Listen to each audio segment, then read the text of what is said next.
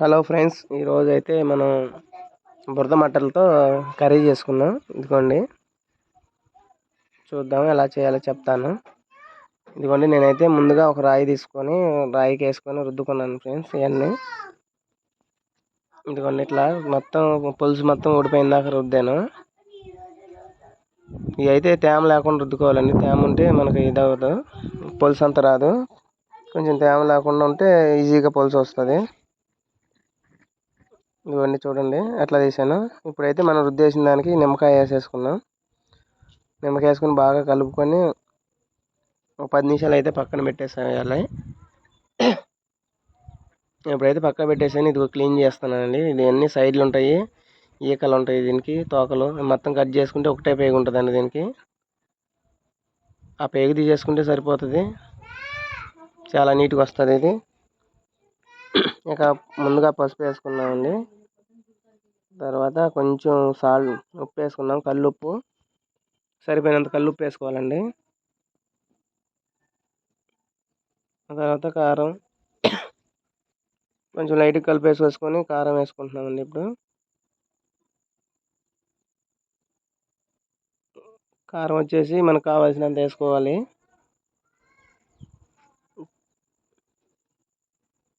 మేమైతే 2 స్పూన్లు వేసామండి, 2.5 స్పూన్లు.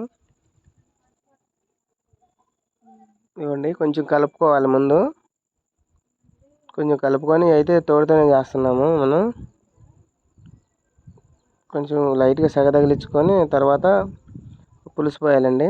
మొత్తం పులుసు అంతా దీంట్లో పోసేసాము. చూడండి, మునగా పెట్టుకున్నాము. బాగా కొంచెంసేపు ఉడికించిన కానించి చూడండి ఫ్రెండ్స్ ఎలా ఉడుకుతుందో. ఇప్పుడైతే కొంచెం బాగా ఉడికిన కానించి మసాలా వేసుకోవాలండి. ఇప్పుడు మనం అయితే రోట్లో తొక్కిందే వేసుకుంటాం. లైట్గా కచ్చాబిచ్చా ఉన్నది, అదైతే కొంచెం టేస్ట్ వస్తుంది. మనమైతే బయట మసాలాలు ఏమి వాడమండి. ఏంటంటే న్యాచురల్గా ఉంటుందని మసాలా ఏమైందండి. ఇదిగోండి, 2 పచ్చిమిరకాయలు కోసేసుకుంటే సరిపోతుంది. ఇవన్నీ ఇప్పుడైతే రెడీ అయిపోయింది కూర. నాకైతే నోరు ఊరిపోతూ ఉంది. ఎప్పుడప్పుడు తినాలా అనిపించేసి ముందుగానే అవ్వకముందే కూర అవ్వకముందే నేను వడ్డిచ్చేసుకుంటున్నాను. ఇలా చూడండి అసలు ఏ మొక్క ఆ మొక్క ఎట్లా ఉందో. మనమైతే గెంటి పెట్టకూడదండి. గెంటి పెట్టుకుని ఉండటం వల్ల బాగుంటుంది, మొక్క అనేది చెదిరిపోదు.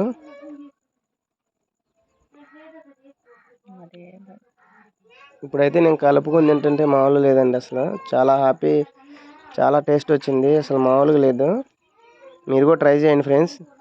నా వీడియో కానీ నచ్చినట్టయితే లైక్ చేయండి, సబ్స్క్రైబ్ చేయండి.